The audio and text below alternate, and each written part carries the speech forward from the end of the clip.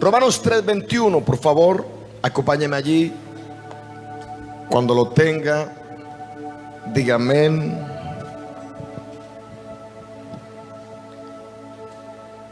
Capítulo 3 de Romanos, verso 21 en adelante. Y lo leemos en el nombre del Padre, del Hijo y con la bendición del Espíritu Santo. Pero ahora, aparte de la ley, se ha manifestado toda la justicia de Dios, testificada por la ley y por los profetas, la justicia de Dios por medio de la fe. ¿En quién? En Jesucristo, para todos los que creen en Él. ¿Aquí hay alguien que haya creído en Jesucristo? Diga conmigo, ese es el fundamento de la fe. El fundamento de la vida cristiana, escúcheme, no es nada diferente a Jesucristo. Y dice el verso 23, por cuanto todos pecaron y están destituidos de la gloria de Dios, siendo justificados gratuitamente por su gracia, mediante la redención que es en Cristo Jesús, a quien Dios puso como propiciación por medio de la fe en su sangre, para manifestar su justicia a causa de haber pasado por alto con su paciencia los pecados pasados, con la mira de manifestar en este tiempo su justicia, a fin de que Él sea el justo y el que justifica al que es de la fe en Jesús. Amén. Hay un tema que hoy le quiero compartir a la iglesia, que en mi modo de ver la vida cristiana y la palabra y la fe es un tema doctrinal central en la vida de un cristiano. Y a veces en el caminar de la fe encuentra uno personas que no han logrado entender la magnitud de esta doctrina del Señor, y por eso, en vez de estar viviendo vidas plenas, vidas bendecidas, pues parece que creyeran que el diablo los corretea por todos lados y los tiene asustados. Pero les quiero decir esta tarde que la justicia es por medio de la fe. Y si algo el Hijo de Dios necesita tener claro en su vida, escúcheme, es que el Señor a ti y a mí nos hizo justos. Ahora, no le hemos prestado mucha atención al entender qué significa que Dios me hizo justo, qué significa, qué implicación tiene para mi vida. Y mira algo interesante, mis hermanos, hay un interrogante, y es: ¿cuál es el proceso para que alguien se vuelva justo? Cuando usted mira la palabra del Señor, hay una serie de promesas y de bendiciones, escúcheme bien, no para todo el mundo, solamente para el justo. Cuando usted mira la escritura, el Señor dejó una enseñanza, dejó promesa, dejó algunas directrices, pero solamente para que el que es justo. Entonces Jesús se convirtió en nuestro sustituto en la cruz, para que nosotros pudiéramos ser hechos justos ante Dios. ¿Qué significa eso? Que sin la sustitución de Cristo, de tu vida y mi vida en la cruz, no hay justicia para nadie. Por eso el texto que hemos leído toda la vida, yo me acuerdo de ese texto desde que era más joven o casi un niño, el texto de Romanos 3:23, que dice: por cuanto todos pecaron y están destituidos de la gloria de Dios. Entonces hemos leído ese texto, pero ¿qué sucede? Que cuando Jesús tomó tu lugar y mi lugar, entonces al recibir ese sacrificio y al reconocerlo, inmediatamente usted y yo nos hicimos justos delante del Rey de Reyes y el Señor de Señores. Levánteme su mano en esta tarde y diga: pese a lo que la gente pueda decir de mí, diga: soy lo justo delante de Dios. Y esta tarde le quiero enseñar por qué es importante eso. Mucha gente está buscando que Dios lo bendiga, que Dios le dé plata, que Dios le dé, no sé, un esposo, una esposa, y no está mal. Pero lo que le quiero compartir esta noche, hermano, es la llave que te abre el cielo para un mañana poderoso y bendecido en el Señor. Dígame amén a eso, por favor. Y entonces, ¿qué sucede? Que todos, según Romanos 3:23, todos éramos culpables. Es decir, todos éramos culpables ¿de qué? De pecado. No sé si aquí hay alguien que llegó a la iglesia santo, sin pecado, sin falla. Si hay alguien, dígame amén, por favor. Pero por lo menos yo llegué al evangelio, hermano, lleno de errores, lleno de fallas, lleno de malos hábitos. ¿Así alguien también aquí llegó al Señor?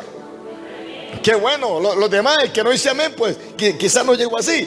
Pero ¿qué sucede, mis hermanos? Que el Señor, aunque éramos culpables, Dios nos declaró por medio de Jesús, de su sacrificio, nos declaró que ahora somos justos delante de Dios. Escúcheme, por eso Satanás muchas veces ataca a la iglesia, ataca al hombre, ataca a la mujer, ataca al líder, ataca al pastor y le dice: tú, mira lo que era, mira lo que hacía. Escúcheme, verdaderamente era así lo que era, porque ahora por medio del sacrificio de Cristo, tú y yo somos justificados. Ahora, ¿qué sucede? Que esta justicia de Dios es posible por medio de la fe en Jesucristo para todos los que creen en Él. Por eso, mi hermano, sin Cristo no hay salvación. Gracias por su amén. Voy a seguir predicando, Pastor Charlie. Sin Cristo no hay salvación. Dale un codazo que está a su lado. Dígale: sin Cristo no hay salvación, hermano. Dile: no hay nada, sin Cristo no hay nada. Por eso el fundamento de la iglesia cristiana, por eso se llama cristiana, ¿sabe cuál es? Cristo es el fundamento. Por eso, qué lindo que en la iglesia tengamos, no sé, pantallas, instrumentos, todo eso, hermano. Pero si hay todo eso y no hay Cristo, no hay nada. Ese es el fundamento para ti y para mí. Y por eso dice que es por medio de la fe para los que creen en Él. Ahora, aquí, ¿cuántos realmente han creído en Jesucristo? ¿Cuántos saben que su nombre está escrito en el libro de la vida eterna? Ahora, ¿cuántos ya vieron ese libro? ¿Alguien lo vio? ¿Usted lo vio, hermana, el libro? ¿Usted lo vio? ¿Usted lo vio? Yo tampoco. Pero creo que existe por la fe en Jesús, y que un día nos reuniremos, hermano, en la eternidad con el Rey de Reyes y el Señor de Señores. Alguien que diga un fuerte amén. Alguien que dé un grito de júbilo. Aleluya. Y escúcheme, mis hermanos, ¿qué sucede con esto? Que no hay distinción, según enseña la palabra. Dice la escritura: pues todos han pecado. Según la Biblia, todos, dice, están privados de la gloria de Dios, pero por su gracia son justificados. No es por mi capacidad, no es por tu habilidad, no es por nuestras obras, sino que es por su gracia. Escúcheme algo importante, y eso fue gratuitamente mediante la redención que Cristo Jesús efectuó. Ahora, el tema en cuestión en esta tarde que le quiero dejar es la palabra redimir, o el término redención. Lo hemos leído muchas veces en la escritura, lo hemos escuchado, pero a veces yo veo que en las iglesias no le prestamos atención a este término. Y sabe, hermano, es la esencia de la vida cristiana, la redención. ¿Por qué? Porque la palabra redimir, ella significa comprar. ¿Qué significa? Comprar. Y sabe que lo interesante, mis hermanos, que el término redimir en la historia bíblica, en el contexto, era usado específicamente con referencia al pago de la libertad de un esclavo. Entonces usted dirá: pero pastor, discúlpeme, ¿me está diciendo esclavo? Si yo nunca he sido esclavo. Pues yo no sé usted, pero yo era esclavo del pecado, del mal pensamiento, del mal sentimiento, del desorden, de la rebeldía. ¿Aquí alguien era esclavo de algo? Porque dice la Biblia que el que es gobernado por algo en su vida se hace esclavo de esa situación. Hay gente esclava de la lotería, hay gente esclava del alcohol, hay gente esclava de... Y entonces la palabra redimir, escúcheme, significa que Cristo te compró a ti, a mí, para que esa situación que te gobernaba a ti, que gobernaba tu mente y tu pensamiento, ahora perdió autoridad sobre tu vida. Y por medio del sacrificio de Cristo, ahora tú y yo somos libres en el nombre de Jesús de Nazaret. Escúcheme, por eso yo le he contado muchas veces, yo vine al Señor, vine al Evangelio y era esclavo, escúcheme bien, de situaciones en mi vida, de la baja autoestima, de complejos de inferioridad. Vine al Señor. El Señor con su sangre me compró en la cruz del Calvario, me libró de todo eso, hermano, y todo lo que había en mi vida que me gobernaba fue cancelado. Y ahora para ti y para mí caminamos en un mañana poderoso de victoria en Cristo Jesús. Toca la mano que está a tu lado, dile: el que te hizo libre fue Cristo a ti.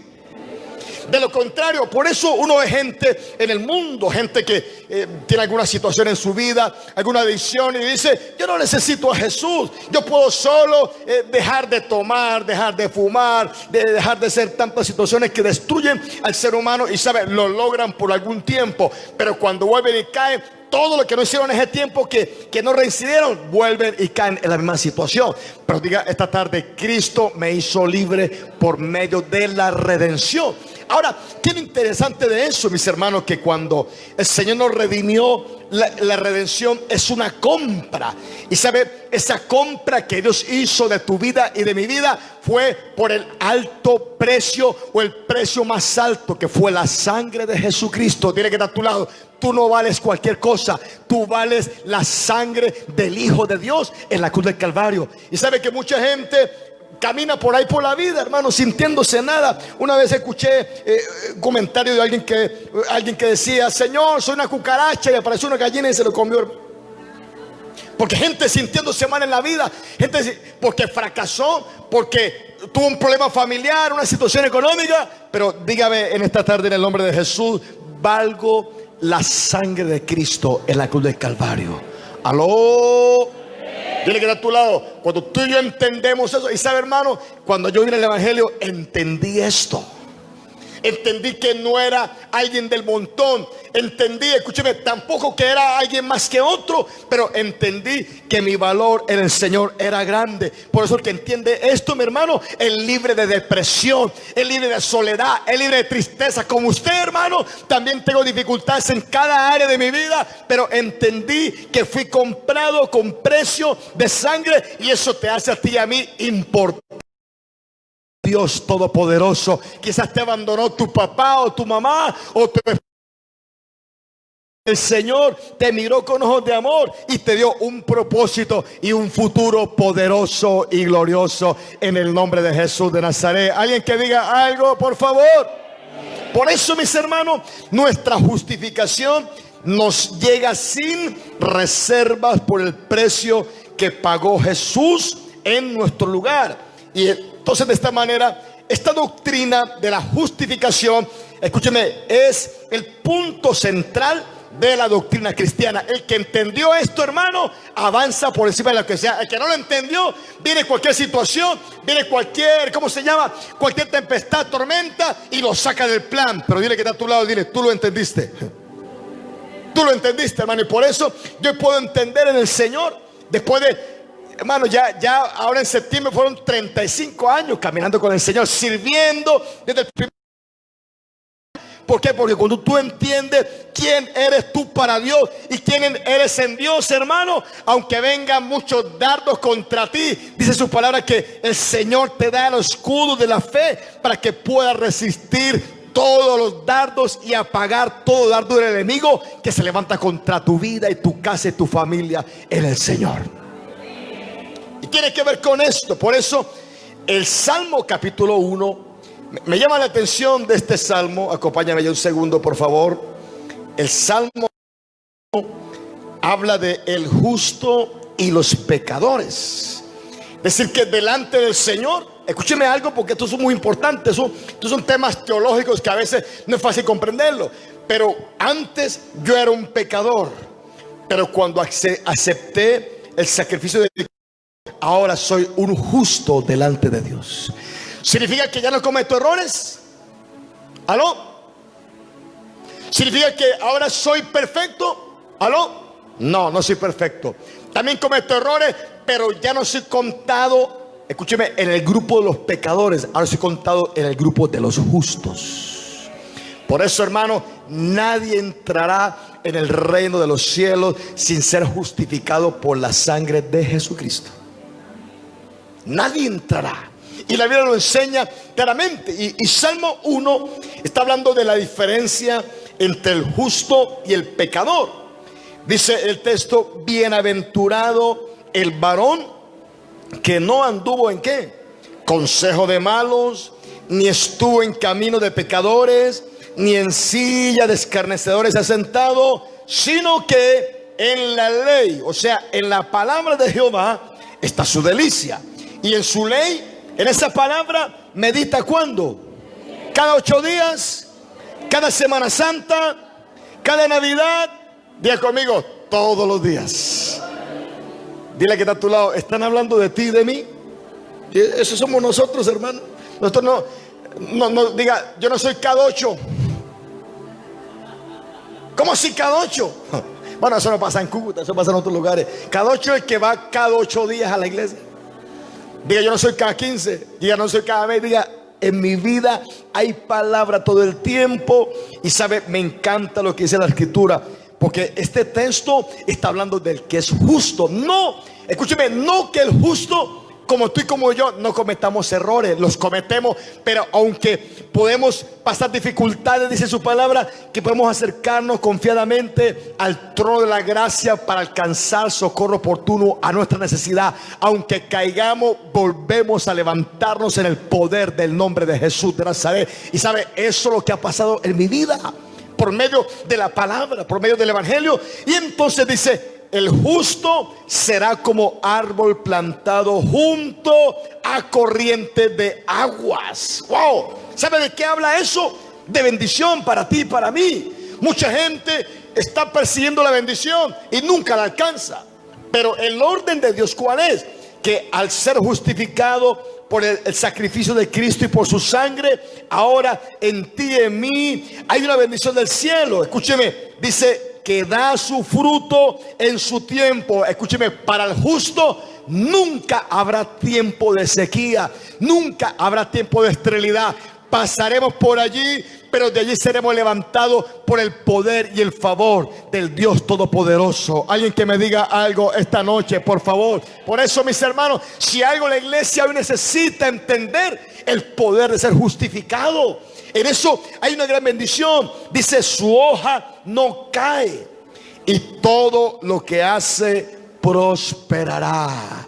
Hoy hay corrientes, hermano, escúcheme, aún por todos lados de gente, aún levantaron algunas doctrinas de prosperidad. Pero la verdadera bendición de Dios para ti y para mí es el resultado de creer en Jesucristo y caminar en su palabra día y noche. Es lo que Dios ha enseñado para ti y para mí. Y entonces, ¿qué pasa, iglesia? Que ese acto de ser justos activa para ti y para mí promesas que solamente pueden recibir y disfrutar los que han sido justificados. ¿Cuáles son esas? Número 1, los justos serán salvos de la ira de Dios. Usted dirá, pero pastor, ¿cómo así? Dios tan bueno y Dios se va a irar con este mundo. Hay gente que cuando uno habla con ellos en la calle del evangelio, hay gente que dice, pero si Dios es tan bueno, ¿por qué va a condenar a la gente? Pues mi hermano, para esa información, Dios no condena a nadie. El ser humano tiene la opción de escuchar el evangelio. Estos días estaba en mi devocional leyendo Apocalipsis, y Apocalipsis a la iglesia de la Odisea, el capítulo 3 verso 20, dice el Señor, yo estoy a la puerta y llamo. Si alguno oye mi voz y abre la puerta, dice, entraré a él, cenaré con él y él conmigo. Y yo sé que usted que está aquí esta noche, usted oyó la voz y abrió la puerta. Mucha gente dice, no, gracias. Pero ¿sabe qué? Cuando usted mira la escritura, acompáñeme a Romanos 5:8, por favor. Romanos 5:8. Y este tipo de temas son temas que hay que tomar con unos textos fundamentales para poderlo dejar fuertes en nuestro espíritu. Romanos 5:8, por favor, dice, mas Dios muestra su amor para con nosotros, en que siendo aún pecadores, ¿qué pasó? Cristo murió por nosotros, pues mucho más, estando ya justificados en su sangre, por él seremos salvos de la ira. ¿Qué está diciendo el texto, mi hermano? Que cuando tú y yo no éramos hijos de Dios, cuando tú y yo no adorábamos al Señor, no conocíamos la palabra, no servíamos, el amor de Dios, aunque éramos pecadores, Cristo murió por nosotros. No hay nadie aquí que primero fue bueno, primero fue santo y después Cristo murió. No. Fue al contrario. El amor de Dios te alcanzó a ti y a mí, y siendo persona que pecábamos, Cristo murió por ti y por mí. Ahora dice, pues mucho más, estando ya justificado. ¿Qué pasó? Que el que era pecador antes, el que vivió una vida de desorden, conoció a Jesús y ahora es un hombre justo y justificado por... Dice la escritura, el que fue justificado ahora será salvo de la ira que vendrá sobre el mundo. Esta mañana yo le conté a los hermanos que ayer o antier estaba viendo las noticias y la ciencia está estudiando el océano y dice que el océano se está quedando sin oxígeno por causa del calentamiento global. Se están derritiendo los polos. Hay una posible extinción de los animales que están en los polos. Yo comencé a mirar incendios por todos lados debido al calentamiento global. Y cuando yo miraba todo esto, recordaba lo que dice la palabra y le dije a mi esposa estos días, la tierra está agonizando. La tierra está muriendo. Y entonces recuerdo lo que dice la Biblia, que Dios va a crear cielo nuevo y tierra nueva, porque esta tierra está muriendo. ¿Sabe qué pasa?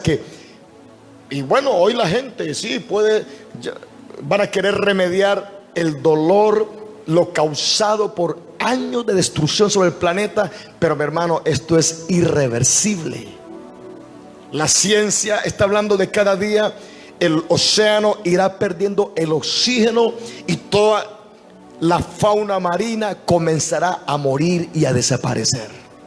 Obviamente eso no va a pasar de la noche a la mañana, van a ocurrir muchos años. Pero ¿de qué me habla esto la Biblia? De que vendrá una ira para el mundo, pero solamente el justo será librado y será guardado. ¿Sabe? Cuando yo escucho eso, siento paz por mí, pero me da preocupación por el que todavía no conoce al Señor. Por eso la iglesia, mi hermano, en este tiempo no puede estar distraída, no puede estar entretenida en situaciones del mundo, en situaciones de pelea, de pleito, de contienda, sino que la iglesia necesita hoy más que nunca predicar el evangelio de Jesucristo. Más que nunca, hermano.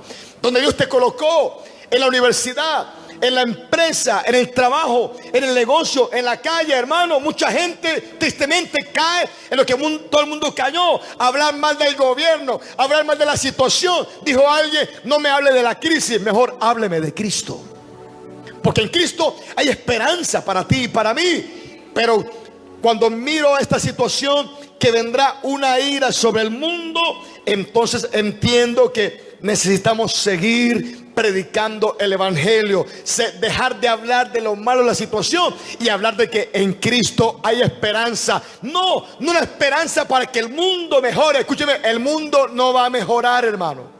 El planeta Tierra no va a mejorar, ya está deteriorado. Él está con una herida de muerte, pero sí podemos sacar a la gente de la ira que vendrá sobre el mundo y ser llevado y ser justificado, como tú y yo también lo hemos sido en Cristo Jesús. Y sabe, hermano, yo no sé si en este muro está tu familia, pero si tu familia no está en ese muro, en tu casa debería haber un muro de salvación. Porque yo no puedo estar tranquilo si mi hermano, si mi hermana, si mi padre están viviendo una vida perdida, sabiendo que si parten con el Señor de esa manera, escúcheme, estarán perdidos eternamente. Hoy la iglesia tiene que levantarse como nunca, escúcheme, a proclamar el evangelio, a orar y a clamar por el perdido en Cristo Jesús. ¿Sabe que cuando usted y yo venimos a la iglesia, Dios te da a ti y a mí una oportunidad de vida? Yo no sé si será la última oportunidad que Dios me va a dar, pero es una oportunidad de arreglar mi vida con Dios, de reconciliarme con el Señor. Y escúcheme, Mateo 13:43 dice que los justos resplandecerán como el sol en el reino de su Padre. ¿Sabe de qué habla? De que hay un mañana glorioso para tu vida y para mi vida. Hoy puede que estés en el día más difícil, hoy puede que estés en la batalla más tremenda sobre tu vida, sobre tu casa, sobre tu hogar, pero la Biblia asegura que el justo, después de esa situación, va a resplandecer en el reino de nuestro Padre Celestial. Hay un mañana para ti de victoria. Por eso, iglesia, no puedes salir de esa justicia de Dios que te ha levantado el Señor. Escúcheme, en tercer lugar, los justos son herederos del reino de los cielos. Qué lindo que te heredaron una casa, está bien. Qué lindo que te heredaron un negocio, hermano. Pero eso se quedará en esta tierra. Me encanta que el pastor Rick Warren dice, el pastor de la iglesia con propósito, dice que la vida en esta tierra comparada con la eternidad es como un abrir y cerrar de ojos. ¿Tú cuánto demoras abriendo y cerrando los ojos? A ver, ciérralos y ábralos, por favor. ¿Cuánto demoró? Dice la Biblia que eso es la vida en la tierra comparado con la eternidad. No es nada. Y Dios te puso aquí, a ti y a mí en esta tierra, escúcheme, para entender que somos herederos. En la carta a Tito, por favor acompáñeme, capítulo 3, verso 4. Tito 3, verso 4 dice: pero cuando se manifestó la bondad de Dios nuestro Salvador y su amor para los hombres, nos salvó, no por obra de justicia que nosotros hubiéramos hecho, sino por su misericordia. Aló, por el lavamiento de la regeneración y por la renovación en el Espíritu Santo, el cual derramó en nosotros abundantemente por Jesucristo nuestro Salvador, para que justificados por su gracia, escúchelo, viniésemos a ser herederos conforme a la esperanza de la vida eterna. Yo no sé si no te han heredado nada en la tierra, pero hay una herencia esperándote a ti y a mí en la eternidad. ¿Y sabe cuál es esa herencia? La vida eterna, la salvación. Ahora, cuando yo miro este texto, quiero ligarlo con Hechos 16. Creo que es el verso 31. Dice: cree en el Señor Jesucristo y serás salvo tú. Diga conmigo: si yo creo en Jesucristo, también mi casa va a ser salva. No significa que solamente mi fe le va a servir a mi familia para salvación, sino que ellos un día también van a ser justificados como tú y yo lo hemos sido en Cristo Jesús. Por eso, mis hermanos, hay una herencia para ti y para mí. Ahora, en cuarto lugar, los justos son bendecidos en el pacto de Dios con Abraham. ¿Sabe que no es importante? Gente decir: ay, ojalá yo hubiera sido judío. Otros dicen: ay, ojalá yo hubiera sido del pueblo de allá de Israel. Pero mira algo interesante, mis hermanos. Gálatas capítulo 3, verso 6 dice algo que va a romper un pensamiento que quizás hemos tenido equivocado en nuestra vida. Gálatas 3, 6, por favor. Dice: así Abraham creyó a Dios y le fue contado por justicia. Sabe por tanto que los que son de fe, estos son hijos de ¿quién? ¿Aló? ¿De quién? De Abraham. Dile que tú, si tienes fe, también eres hijo de Abraham. Ahora, ¿qué más dice el texto? Y la escritura, previendo que Dios había de justificar por la fe a los gentiles, dio de antemano la buena nueva a Abraham, diciendo: en ti serán benditas todas las naciones, de modo que los de la fe son bendecidos. El creyente Abraham. ¿Sabe qué significa eso, iglesia? Dice la Biblia que la escritura, previendo que Dios iba a justificar al gentil. ¿Quién es el gentil? Usted y yo, que no somos judíos, que no somos del pueblo de Dios. Y mucha gente dice: ay, qué lindo el pueblo de Dios, que tiene promesa. Y hay aún gente que me ha dicho que muchas de las promesas de la Biblia son solamente para el judío. Pero el gentil que es justificado, que acepta a Jesucristo, escúcheme, inmediatamente se vuelve el Israel espiritual. Y entonces cada promesa que Dios declaró para Abraham también es para ti y para mí. Toca al hermano de su lado y dile: lo que Dios le habló a Abraham el día que entregaste tu vida al Señor, también es para ti y para mí. Alguien que me levante su mano esta tarde y diga: la promesa que se dio a Abraham, diga, también es para mí, también es para mi casa, en el nombre de Jesús de Nazaret. Alguien que dé un fuerte grito de júbilo.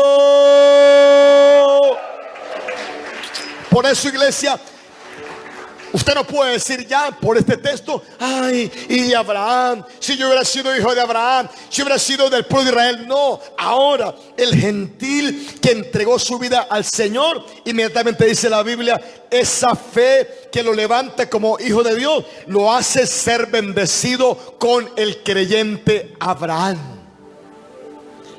Eso es tremendo. ¿Por qué, mis hermanos? Porque el pacto abrahámico o el pacto de Dios con Abraham es un pacto incondicional.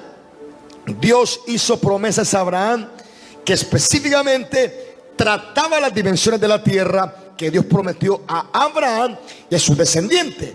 ¿Y qué pasa, mis hermanos? Hay tres características del pacto de Dios con Abraham: que cuando el gentil escucha el evangelio y acepta al Señor y es justificado, inmediatamente ese pacto que cubre a Abraham también te va a cubrir a ti y a mí. ¿Cuáles son las tres características principales de este pacto de Dios con Abraham? Número uno, la promesa de la tierra. Escúcheme, Israel fue errante por muchos años. Andaron por muchos lugares, divagaron. Se dice andaron, ¿cierto? Anduvieron. Perdidos, hermanos, sin tierra. Y usted conoce que Israel retornó a su tierra. Esta semana estaba leyendo una noticia que decía que hoy Israel es uno de los países más poderosos que hay en el mundo. Es decir, el pueblo que por mucho tiempo caminó sin esperanza, muchas veces lo quisieron destruir, desaparecer. Hoy en día la promesa de la tierra se hace realidad para Israel. Escúcheme, los últimos descubrimientos científicos, los más grandes del mundo, son de científicos israelíes. El país más tecnificado del mundo es Israel. Ahora, ¿qué significa cuando tú y yo, como gentiles, nos hicimos hijos de Dios? Hay una promesa de que tú y yo también tendremos nuestra propia tierra acá. ¿Alguien todavía no ha comprado su propio terreno? ¿Alguien todavía vive en arriendo acá? Levánteme la mano, a ver. Escúcheme, esta promesa dice que no sé cómo Dios lo hará, pero vas a comprar tu tierra propia mientras estés en este mundo, para la gloria del Rey de Reyes y Señor de Señores. Y qué interesante eso, porque en segundo lugar, la segunda característica es la promesa de la descendencia.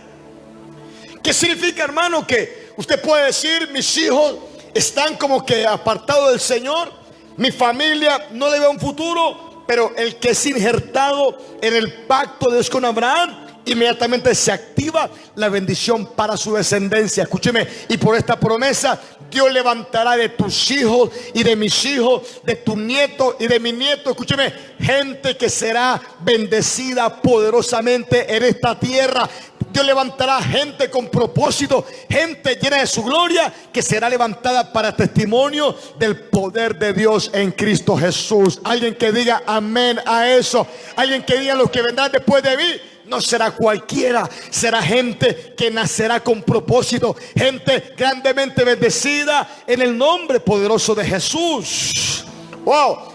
Y lo último, la tercera característica que tiene que ver con el pacto de Dios con Abraham, es la promesa de la bendición y la redención. ¿Qué significa eso? Puedes, hermano, estar en el último rincón de este mundo, pero allí te alcanzará el favor y la misericordia de Dios. Pero en cuanto al tema de redención, ¿qué significa? Que hay promesa para tu casa y para mi casa en el nombre de Jesús. ¿Sabe que por esa palabra yo tengo toda la seguridad? Que un día, no sé si el Señor vendrá primero, no sé si yo moriré antes, pero tengo la seguridad que aunque me vaya de esta tierra a la presencia del Señor, un día veré mi descendencia en la presencia del Dios Todopoderoso. Wow. Ese es el pacto de Dios con este hombre. Ahora, en quinto lugar, Salmos 37:25, David declara algo muy interesante: joven fui y he envejecido, escúcheme, y no he visto justo desamparado, ni su simiente que mendigue pan. En todo tiempo tiene misericordia y presta, y su descendencia es para bendición. ¿Sabe, hermano? El justo siempre va a tener provisión. ¿Alguien aquí necesita la provisión de Dios? ¿Alguien necesita recursos de Dios? Levánteme su mano esta tarde y diga: por ser justo, Dios va a abrir los cielos a mi favor. Vamos, suelte una palabra esta tarde y diga: por ser justo, Dios va a traer provisión sobrenatural sobre mi vida, sobre mi casa y sobre mi descendencia en el Señor. Ahora, Proverbio 24:16. Acompáñeme allí, por favor. Mire que el justo aún tiene promesa cuando se equivoca en la vida. Por eso, mis hermanos, escúcheme, hay una gran diferencia entre el justo y el pecador. Le pregunto: ¿el justo peca? Claro. Pero es diferente el justo que peca al pecador que no es justo. Wow, eso sonó como a trabalenguas. ¿Cómo fue que dije? Es diferente el justo que peca al pecador que no es justificado. Wow. ¿Sabe por qué? Porque el justo sabe el camino a la presencia de Dios. Por eso cuando tú vienes a la casa del Señor, sabe, hermano, y yo he tratado de hacerlo por todos los años que llevo en el Evangelio. ¿Sabe que he tratado de, siempre que vengo a la casa de Dios, presentarme delante del Señor, presentar mi vida? Y entonces, como justo, peco, cometo errores. Pero dice la Biblia que el que encubre sus pecados no prosperará, mas el que los confiesa y se aparta, ¿qué sucede? Alcanza misericordia. ¿Sí ve la diferencia? El justo peca, pero el justo no se queda en el pecado. Escúchame, el justo falla, el justo se equivoca, pero él vuelve a levantarse, porque el proverbio dice: 7 veces cae el justo, es decir, 7 veces falla, perdóneme la expresión, 7 veces la embarra, pero vuelve a levantarse. ¿Sabe por qué? Porque él conoce el camino a la presencia de Dios. Esta mañana en una de las reuniones se me acercó un hombre. Mi pastor, ore por mí. Dice: me aparté, me descarrié, pero aquí estoy de nuevo para arreglar mi vida con el Señor. Y oré por él y le dije: bienvenido a la casa de Dios. En cambio, el pecador no conoce el camino del Señor. Por eso el pecador no es alguien que Dios no ama. No, Dios lo ama, pero necesita escuchar el mensaje del Evangelio. Y esa es la gran diferencia. Dice: aunque el justo caiga y 7 veces, es una denotación de la gente que falla, que comete errores, que se equivoca en la vida. Pero aunque falle, escúcheme, volverá a levantarse. No